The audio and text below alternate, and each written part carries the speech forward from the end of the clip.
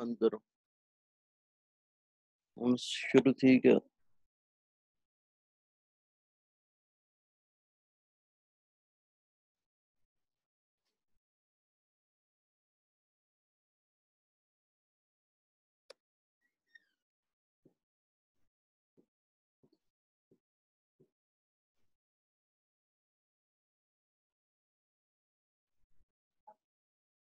इससे यार जल्दी करो।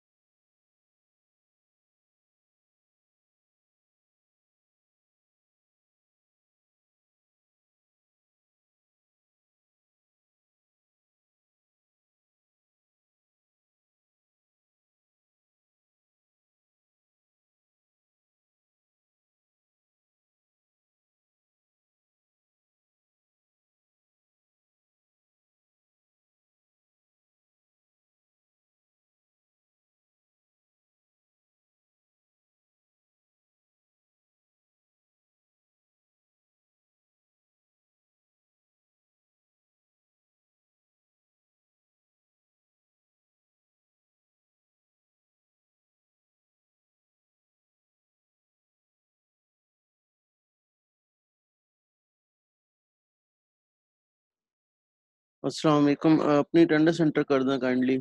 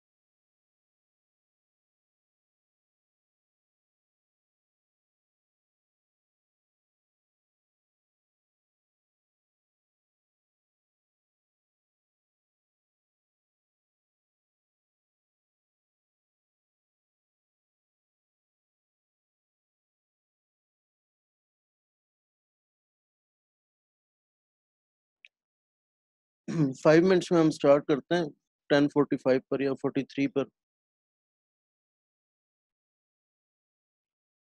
लास्ट सेशन में हमारे साथ, कल के सेशन में कौन था, काइंडली कोई बता सकते हो? और हैंड रेज कर दें जो कल के सेशन में हमारे साथ थे। तूबा थी और शफकत थे होपफुली। ठीक है, अपने हैंड लोअर डाउन कर सकते हैं आप।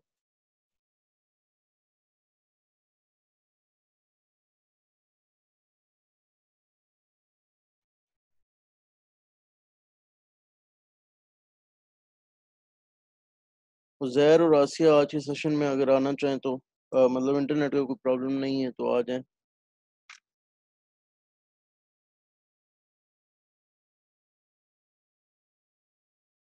ठीक है, ज़ैर आ गए। आसिया भी अगर इंटरनेट का प्रॉब्लम है तो वरीशा को बता दें, वो आ जाती हैं, वरना आसिया आप आ जाएं।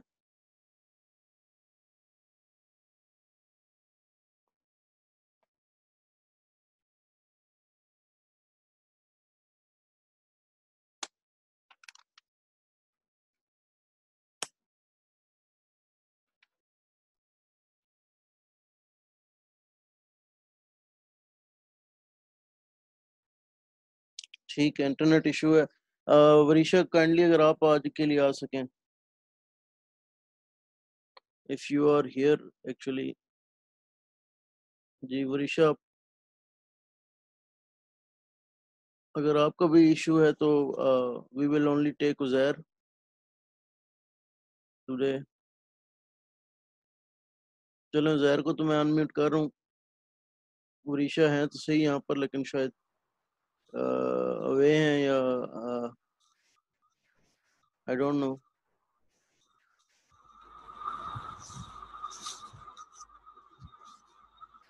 Varisha, can you join us for today? ठीक है, ओके।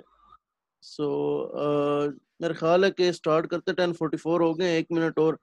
जितने पार्टिसिपेंट आ गए आ गए। Okay, let's start. मैं दोबारा 2421 के कोड से स्टार्ट करूंगा।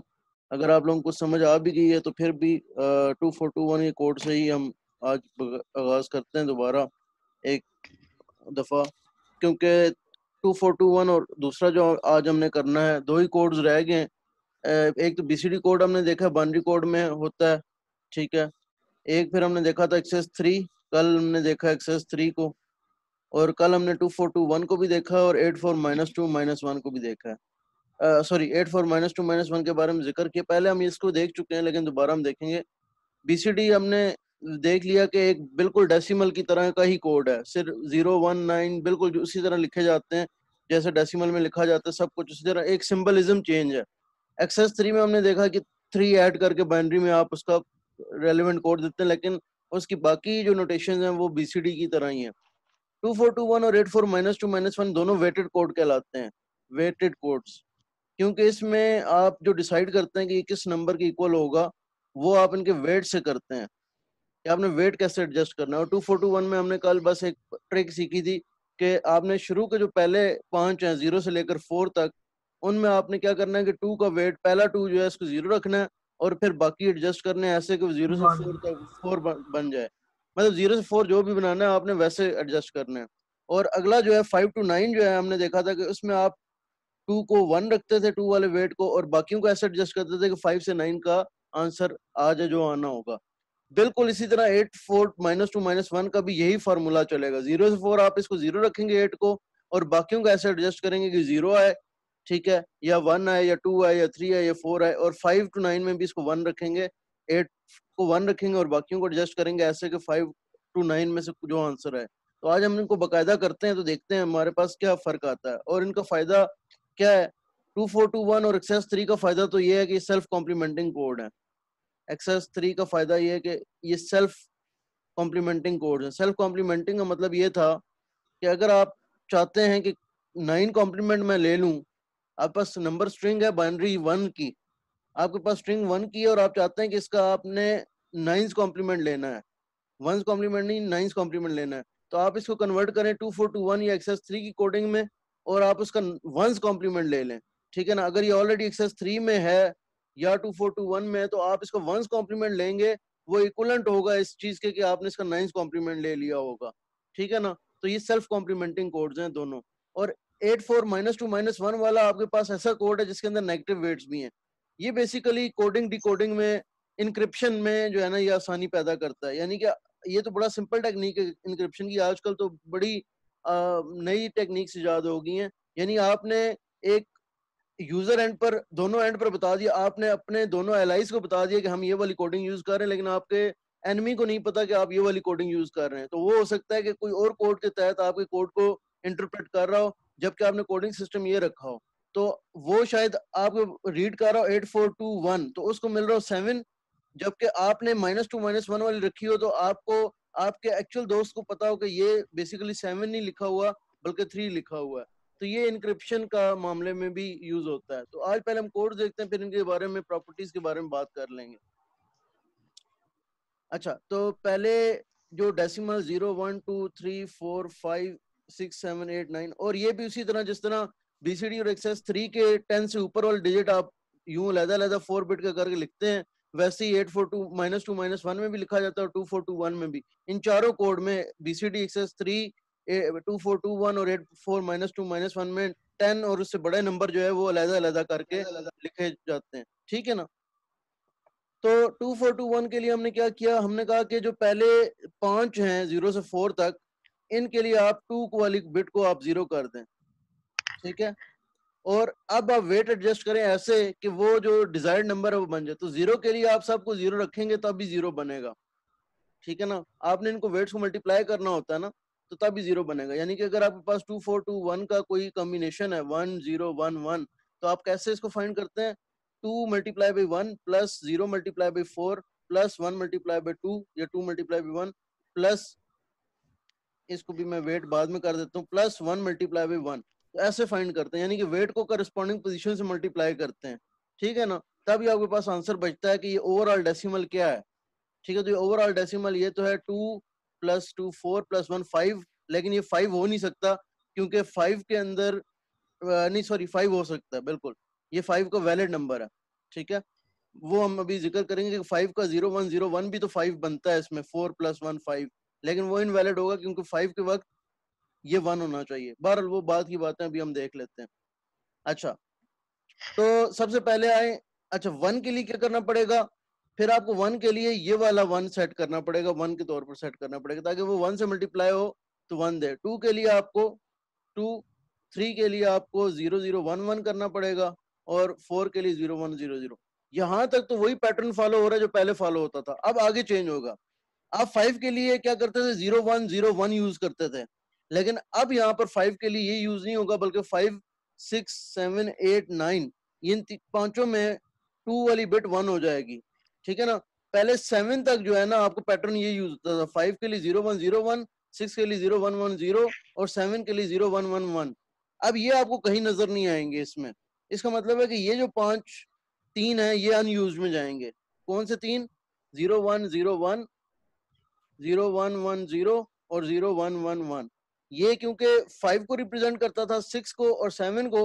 अब आपने 5 के लिए ऐसा कोड ले लिया है 5 6 7 के लिए जिसमें पहला 1 है, तो बेसिकली ये आपके अनयूज्ड में चले जाएंगे या इनवैलिड में चले जाएंगे फॉर 2421 कोडिंग, ठीक है ना। अब आपके पास 5 का नया नंबर क्या है, 1, इस 2 को रखते हैं और बाकी इस 2 और इस 1 को 1 रखते हैं ताकि 5 पूरा हो जाए। 6 के लिए आप क्या करते हैं, इस 4 को 1 रखते हैं, बाकी दोनों को 0 रखते हैं। और 7 के लिए आप इस 4 को और इस 1 को 1 रखते हैं ताकि आपके पास 7 का आंसर पूरा है। तो 2 + 4 6 + 1 7, ठीक है ना। 2 + 4 6 + 1 7। तो इस तरह से आप वेटेज कर रहे हैं इसकी। 8 के लिए आप क्या करेंगे, 2 + 4 6 + 2 8 और 0।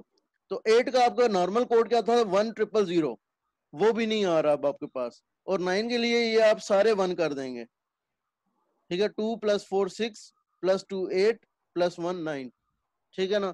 तो आपके पास ये 15 का कोड होता था और ये 14 का कोड होता था। तो 8 9 का ओरिजिनल कोड और 10 का ओरिजिनल कोड 1 0 1 0 ये भी कहीं नहीं आ रहा है देखने में, ठीक है। तो बेसिकली ये 6 इनवैलिड हो गए फॉर 2421 कोडिंग, ठीक है, बाकी वैलिड है।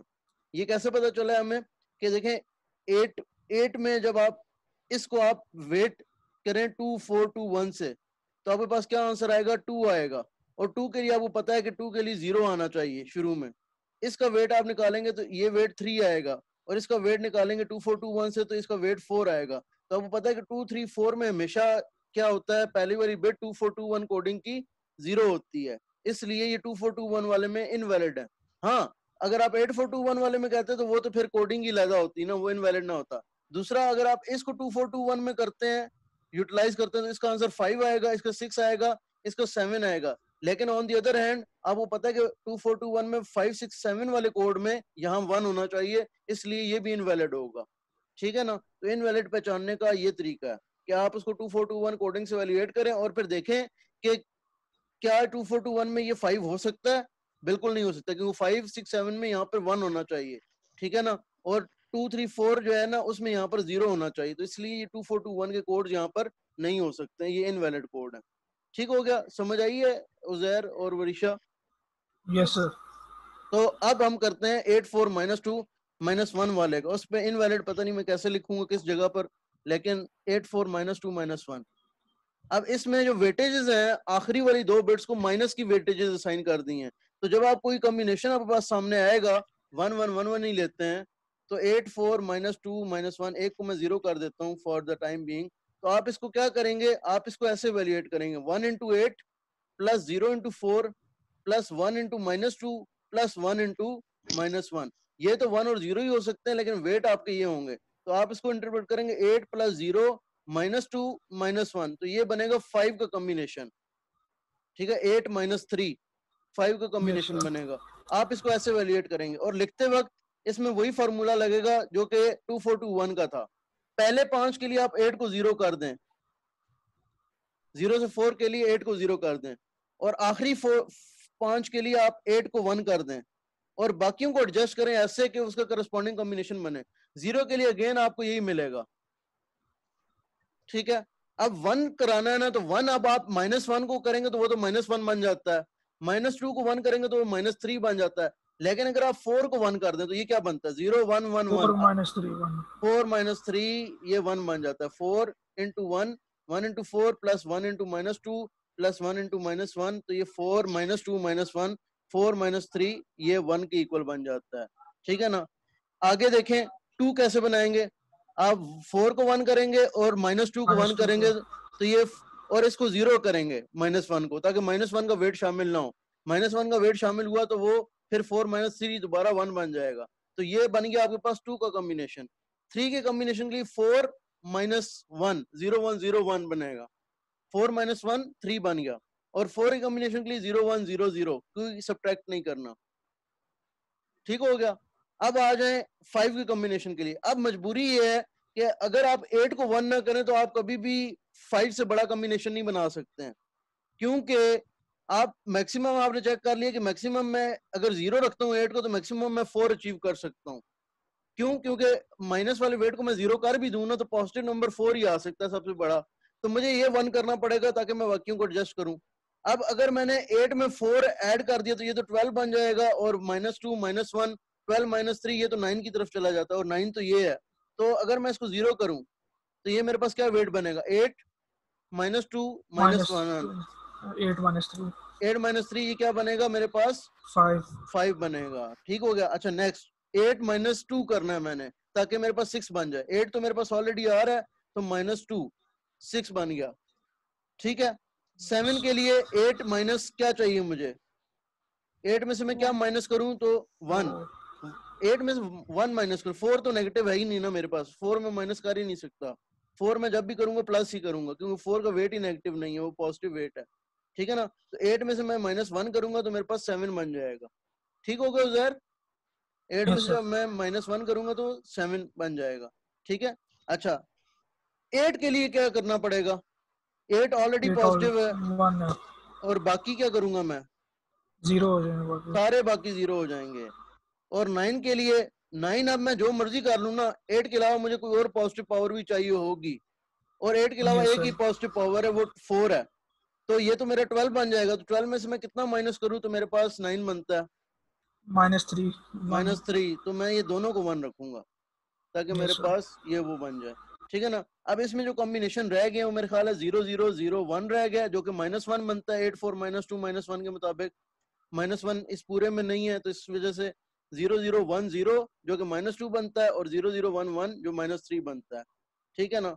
बाकी जो रह गए हैं 1 वाले कोड्स, उसमें 1000 तो है, 1001 भी है, 1010 भी है, 1011 भी है, 1100 ये 12 बनता है, 12 है नहीं आपके पास।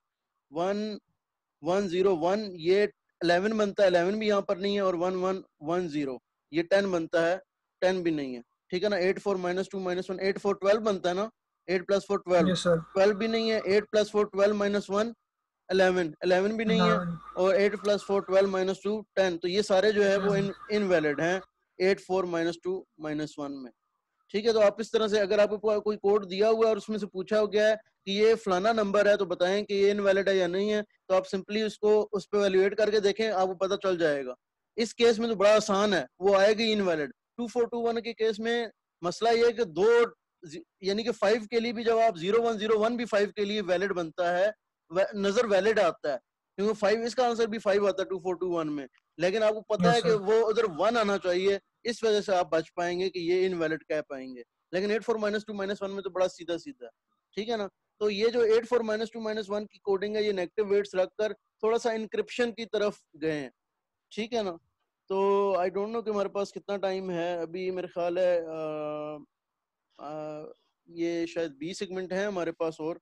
तो कोडिंग के Yes, sir. बाइनरी कोड्स तो ये हो गए। अच्छा, ग्रे कोड एक मैंने हालांकि पहले भी बड़ा जिक्र किया, और हम के मैप पे ग्रे कोड भी यूज करते हैं। एक मैं वैसे ग्रे कोड के बारे में आपको बता देता हूँ कुछ इन्फॉर्मेशन, ठीक है। तो ग्रे कोड में एक ही चीज है कि आपका जो करस्पॉन्डिंग डिजिट है, अभी ग्रे कोड का मुझे, हालांकि इसका बड़ा तरीका होता है कि आप स्ट्रेट कोड से ग्रे कोड बनाते हैं, यानी कि 7 अगर आप 011 लिखते हैं ना, तो 7 का ग्रे कोड जो है वो अगर 0100 है, तो इसको बनाने का तरीका होता है खास। अभी वो मेरे जहन में नहीं है, मैंने नोट्स वगैरह में अपने निकाल के रखा हुआ है, लेकिन मैं उस तरफ आपको लेकर जाने की जरूरत नहीं है, कोई खास आपके कोर्स का उस तरह से हिस्सा नहीं है ये, ठीक है ना। शायद ये वाली बिट एज इट इज रखते हैं, फिर इन दोनों को एक्सॉर करते हैं, फिर इन दोनों को एक्सॉर करते हैं, फिर इन दोनों को एक्सॉर करते हैं, तो ये बन जाता है। मेरा ख्याल है यही टेक्निक है। हाँ, 0 रखेंगे, 0 और 1 को एक्सॉर करेंगे तो 1 बनेगा, 1 और 1 को एक्सॉर करेंगे 0, फिर 1 और 1 को एक्सॉर करेंगे तो 0। बहरहाल, तो ये तो है कि स्ट्रेट से कैसे जाते हैं, लेकिन अगर ग्रे कोड में लिखें तो 0 से लेकर हम 15 तक, या जितने भी यहाँ पर आते हैं कोशिश करते हैं लिख देते हैं, 9 10 11 12 13 14 और 15।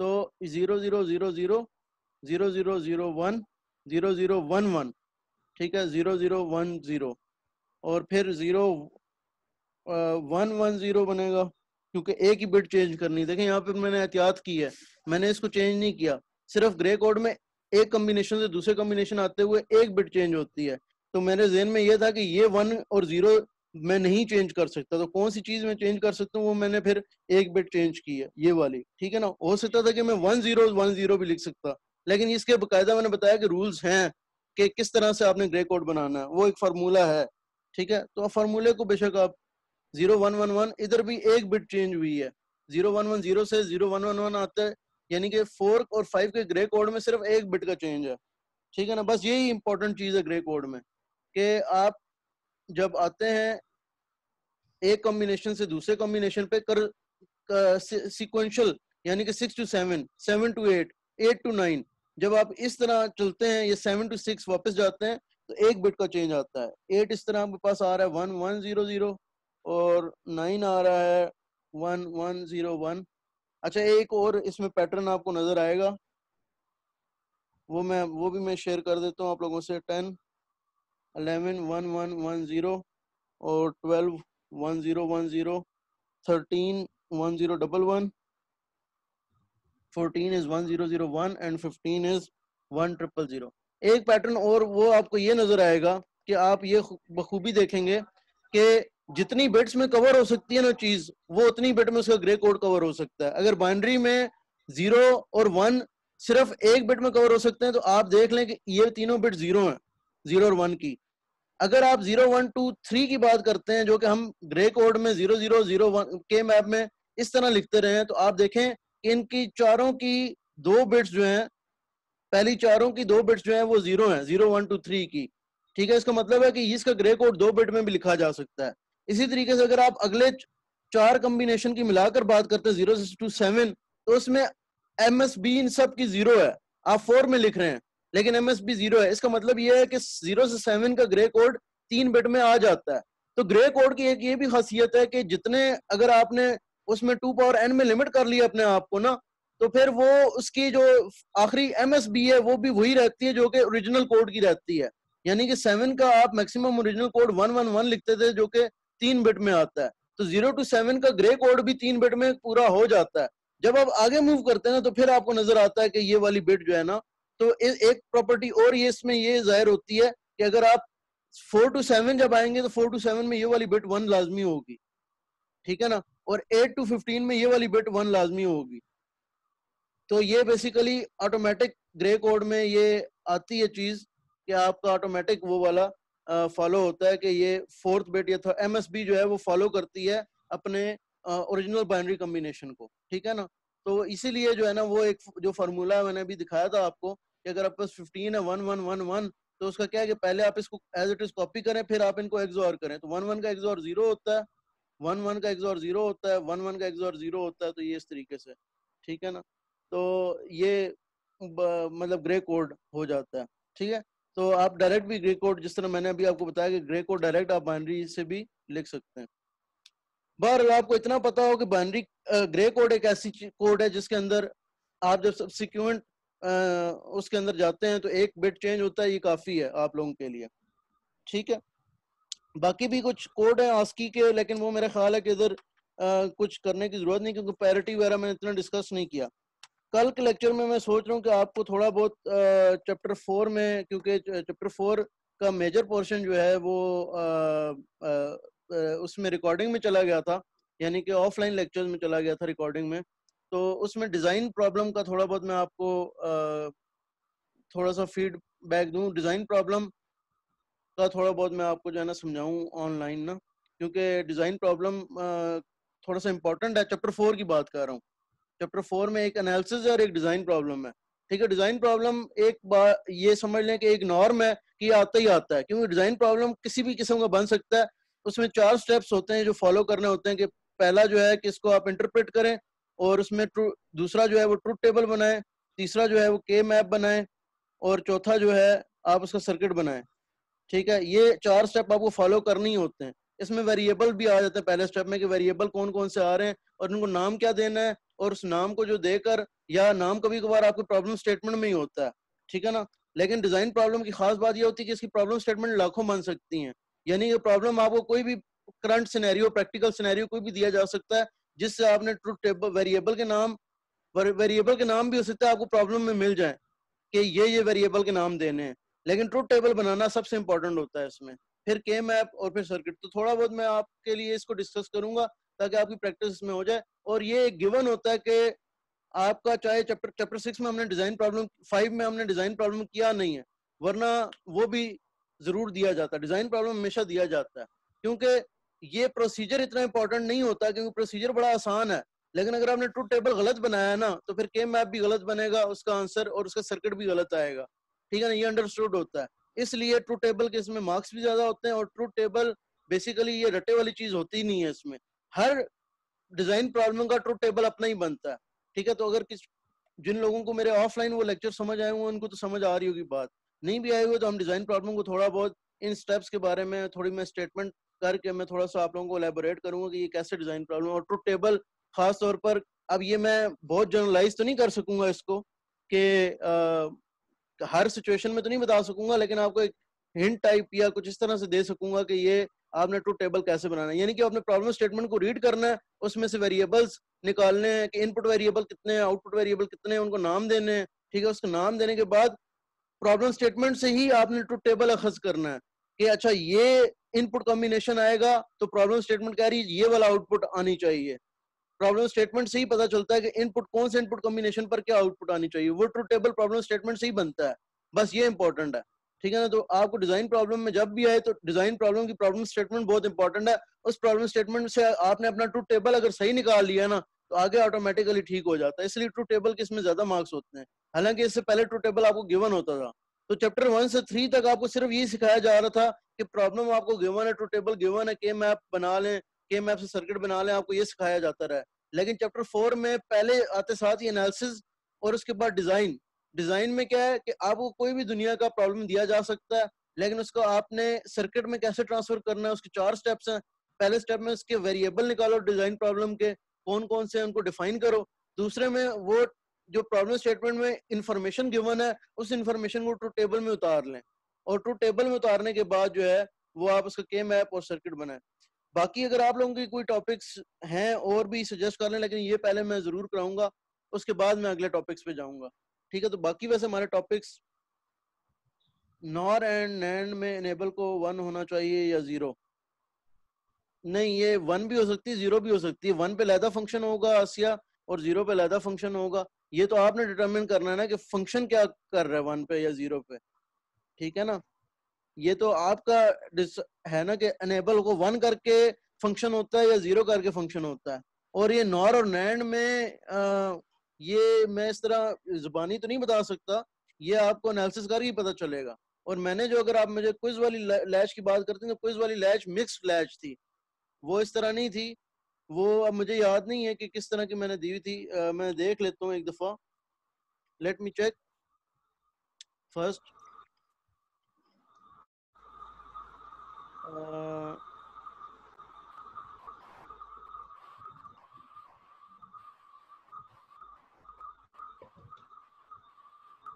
अच्छा, इसको मेरे ख्याल है कर लेते हैं, ये 10 मिनट हैं, इसको क्वेश्चन को सॉल्व भी कर लेते हैं यहाँ पर।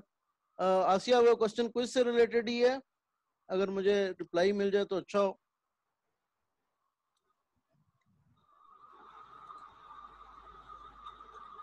अच्छा ठीक है। तो उसमें तो आपको मैंने दी थी और नैंड की लैच, यानी कि मैंने एक कॉम्बिनेशन किया था। मैं सिर्फ आपका मतलब प्रॉपर एक टेस्ट ले रहा था। ठीक है ना।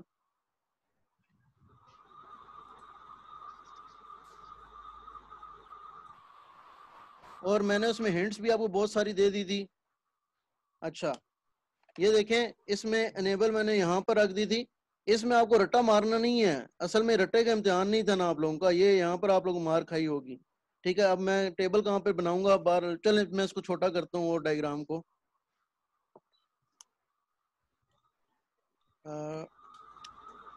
और नैंड की लैच, ये नैंड है, ये नैंड है। क्रॉस कपल्ड मैं बाद में बनाता हूँ इनको। ठीक है। और क्रॉस कपल्ड, क्रॉस कपल्ड, यहाँ एक एनेबल, और यहाँ एक्स, नहीं सॉरी पी, और इसको मैंने एन कहा था, और इसको एक्स और वाई कहा था, और ये क्रॉस कपल्ड भी है। ठीक है। और एक्स वाई का एक मैंने टेबल आपको बताया था, कहा था कि टेबल बना लें, और एक आपको जो मैंने दिया था वो फिल करने के लिए दिया था एनेबल पी एन। ये पी एन लैच बिल्कुल एक डिफरेंट लैच है, और क्यू टी प्लस 1 मैंने आपको कहा था फिल करें। ठीक है। काफी लोगों के 10 मार्क्स भी हैं, तो इसका मतलब है काफी लोगों ने ठीक फिल की है। ठीक है। अच्छा, और इनेबल में मैंने, मेरे ख्याल है मैंने 1 डोंट केयर दे भी दिया था या नहीं दिया था। बहरहाल एक तो ऐसी सिचुएशन होगी जिसमें डोंट केयर होगा, वो भी हम देख लेते हैं क्या है। ठीक है ना। इसमें सबसे पहला काम ये करने का था कि आप एक्स वाई को पहले आप डिटरमिन कर लें कि एक्स वाई के हिसाब से क्या होगा। ये तो वैसे आप लोगों को एक्स वाई के हिसाब से क्या होगा आंसर क्यू और क्यू बार का। ठीक है ना। ये तो आप लोगों को बुक में या आपकी स्लाइड्स में भी मिल जाता, लेकिन मैंने आपको वैसे भी कराया हुआ था।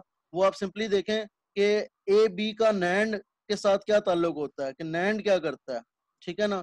तो नैंड ये करता है 1011 फ्रॉम एक द, भी वन, तो नहीं एक भी जीरो। एक भी 0 हो जाए तो आउटपुट पे 1 देता है। ठीक है। तो आपका एक्स वाई का जो लैच था वो इस तरह था, सॉरी 1011, एक भी 0 हो जाए तो 1 देता है, तो ये तो फॉरबिडन हो जाता है इसके लिए। ठीक है ना, क्योंकि दोनों 1 आउटपुट पर आना शुरू हो जाते हैं। अगर एक भी 0 हो तो 1, तो ये सेट होता, यानी कि, और ये रीसेट होता, क्योंकि ये क्यू बार 1 हो जाता, और क्यू बार 1 हो जाता ना। अगर वाई आप 0 देते तो ये 1 हो जाता, और फिर इस हिसाब से ये 1 1, ये आउटपुट 0 आ जाती। ठीक है ना। तो ये रीसेट हो जाता। और ये आपके पास जो है ना वो 1 1 दोनों 1 1 है, तो इसका मतलब है कि आप प्रीवियस स्टेट से डिसाइड करते तो ये नो चेंज वाली कंडीशन आती, ठीक है ना। तो आपकी नैंड की लैच अगर आप स्लाइड पर भी जाकर देख लें, ठीक है ना, मैं स्लाइड से भी कंफर्म कर लेता हूँ खुद भी, ठीक है। बट ये मैंने आपको सारा सिखाया हुआ था कि नैंड की लैच आप किस तरह से एवेल्युएट करेंगे, ठीक है। Slide shows chapter 5।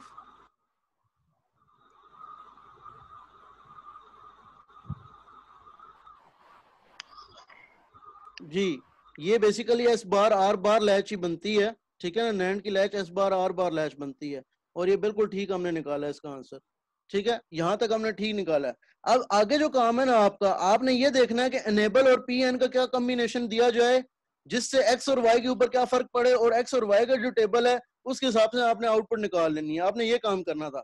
अब जरा गौर करें कि एनेबल को मैं क्या कर दूं तो पी एन का कोई फर्क ही नहीं पड़ेगा। अगर मैं एनेबल को 1 कर दूं ना, तो पी एन चाहे अपना जितना मर्जी सर मारते रहे, एक्स और वाई को चेंज नहीं कर सकेंगे। क्यों? क्योंकि ये और गेट है, और की अगर एक भी इनपुट 1 हो जाए तो क्या होता है, सारी आउटपुट आउटपुट 1 1 होता है। कर देती है, ठीक है ना। तो अगर मैं एनेबल 1 कर दूं तो ये एक्स और वाई को 1 कर देगा, फिर चाहे पी यस एन सर। जितना मर्जी सर मारता रहे, कभी भी एक्स और वाई को 0 नहीं कर सकेगा। इसलिए एनेबल 1 हो तो पी एन डोंट केयर, तो क्यू टी प्लस 1 क्या होगा, एक्स और वाई 1 होते हैं तो क्यू टी प्लस 1 क्या होता है, नो नो चेंज। चेंज। बिल्कुल। अब आपने इधर से उठाने हैं अपने आंसर्स, ठीक है। इसका मतलब है कि जो बाकी 4 कॉम्बिनेशन है उसमें एनेबल 0 होना चाहिए, बल्कि ये तो मैंने एमसीक्यूज में कर दिया था कि एनेबल 1 हो, पी एन डोंट केयर हो, ये तो मैंने एमसीक्यूज के अंदर कर दिया यस था। सर। बाकी आपने एवेल्युएट कर लेने थे। अगर यस को आप 0 करते हैं और पी एन को दोनों को 0 करते हैं तो खुद देखें क्या होगा। पी एन दोनों को आप 0 करते हैं तो एक्स और वाई दोनों 0 होंगे, तो एक्स और वाई दोनों 0 होंगे तो क्या होगा, फॉरबिडन। Yes sir. फॉरबिडन ही होगा ना। पी एन यस दोनों सर। 0 0 होते हैं, एक्स और वाई 0 हो जाते हैं, दोनों फॉरबिडन हो जाता है। ये 0 1 तो एक्स वाई 0 1 हो जाता है, एक्स वाई 0 1 होता है तो सेट हो जाता है, ठीक है। और पी पी 1 होता है, एन 0 होता है तो एक्स 1 होता है, वाई 0 होता है तो क्या हो जाता है, रीसेट हो जाता है, ठीक है। और फाइनली जो है आपके पास 1 1 अगर दोनों पी और एन दोनों 1 हो जाते हैं तो आउट एक्स और वाई दोनों 1 हो जाते हैं, एक्स और वाई दोनों 1 हो जाए तो नो नो चेंज चेंज। होता है। बस ये आपके पास बन गया था, ठीक है ना। अच्छा, थोड़ा सा ये है कि 2 और अनाउंसमेंट सुन लें, क्योंकि कुछ अजीब से डिसीजंस हो रहे हैं इस टाइम पर, और बल्कि एंड टाइम पर हो रहे हैं। वेटेजेस का अभी कोई फाइनल जो है ना वो एक दोबारा डॉक्यूमेंट रीसर्फेस हुआ है, जिसमें आपके पता नहीं मैंने वेटेजेस क्या बताई थी, मुझे खुद ही भूली हुई है अभी इस टाइम पर। लेकिन जो भी वेटेजेस थी, अभी उन्होंने ये कहा है कि क्योंकि मिड 20 का था तो फाइनल जो है, जो लैब का मिड जिसमें लैब भी होती है, ठीक है ना, तो उसमें मिड यस हमारा सर। 20 का होता है। तो फाइनल जो है ना आप 45 प्लस 10 करें। हालांकि मैंने पहले फाइनल 50 का सोचा हुआ था, ठीक है ना। तो इसको ये कर दें, और बाकी जो है वो क्विज़ेस प्लस असाइनमेंट में जो है ना आप जो जितने भी मार्क्स थे, इसके मेरे ख्याल है मेरे पास इसके 15 मार्क्स थे मेरे ख्याल है पहले, तो आप इसमें 10 यस ऐड सर। करें तो वो हम मैं रख 20 लूंगा। हो गए थे सर। 20 हो गए थे तो अब ये 25 हो जाएंगे। बहरहाल पता नहीं, ये अभी देख लेते हैं ये 25 और 55 कितना बनता है। ये तो सर 100। 80 बनता है ना। 50 सर। 80 80 20। बनता है, 80 बनता है ना। 30 और 50 80 बनता है। 20 तो मिड 20 तो लैब भी है ना आपकी, तो ये यस हो सर। जाएगा, ठीक है ना। तो मैं 15 क्विज़ेस को साइन कर दूंगा और 10 असाइनमेंट को साइन कर दूंगा, ठीक है ना। तो एक तो ये, दूसरा ये है कि हो सकता है कि आपका सारा, यानी कि हालांकि मैंने आपको लॉन्ग क्वेश्चन भी एमसीक्यू के साथ ट्रेन कर तो दिया था, लेकिन हो सकता है कि लॉन्ग क्वेश्चन जो है ना, मतलब जो कुछ क्वेश्चन मैं एमसीक्यूज में देना चाह रहा था, पहले 3 तो वही चैप्टर जो है वो एमसीक्यूज में ही रहेंगे, ठीक है ना। तो आपको एमसीक्यूज प्रॉपर तरीके से अटेम्प्ट करने पड़ेंगे। बाकी कुछ क्वेश्चन मेरे, जिस तरह के मैंने आपका क्विज लिया, मेरा इरादा था इसी तरह का एमसीक्यूज का हो जाए, ताकि मुझे चेक ना करना पड़े। आपका जो जीसीआर है वो खुद ही चेक कर देना उसको। लेकिन अब जो कुछ इंस्ट्रक्शंस आ रही हैं उसमें अजीब सी इंस्ट्रक्शंस आ रही हैं, तो हो सकता है कि लॉन्ग क्वेश्चन भी हों फिर, यानी कि वही क्वेश्चन जो मैंने डिसाइड किया हुआ था वही क्वेश्चन वही रहेंगे, मतलब अभी हैं, लेकिन वो आपको लॉन्ग की फॉर्म में करने पड़ेंगे। तो उसके बारे में कुछ इंस्ट्रक्शंस ध्यान में रख लें कि हर पेज के ऊपर अपना आईडी नंबर लिखा करें, एवरी पेज आईडी नंबर, ठीक है। और हो सकता है कि मैं क्वेश्चन वाइज अलहदा जो है ना वो सोल्यूशन डिमांड करूं। अभी ये इसमें भी कोई समझ नहीं आ रही हमें, क्योंकि वो कहते हैं कि हमने पेपर भी हमें सबमिट कराएं सारे बच्चों का। तो अगर उस तरह हुआ तो मैं फिर चाहूंगा कि आप लोगों का इकट्ठा ही पेपर हो, ताकि आपको मैं सबमिट करा सकूं उनको। अजीब से ना सिचुएशन चल रही है, तो अभी तक कोई डिसीजन फाइनल नहीं हुआ। क्वेश्चन वाइज भी हो सकता है, इकट्ठा पेपर भी सबमिशन हो सकती है लॉन्ग क्वेश्चन की। और तीसरी जो इंपॉर्टेंट चीज है कि आप ब्लैक पेन यूज कीजिएगा। अगर आप पेपर लाइनों वाला भी यूज करते हैं, जो कि मैं प्रेफर करता हूँ, वो नहीं करते हैं, व्हाइट पेज लाइनों वाला और ब्लैक पेन, ब्लैक इंक, ठीक है ना, वो जरा स्कैनिंग और वो उसमें बड़ा अच्छा रहता है। तो ये जरूर मेक श्योर करें। अभी तक बाकी जो जो भी होगा वो आपको उसी टाइम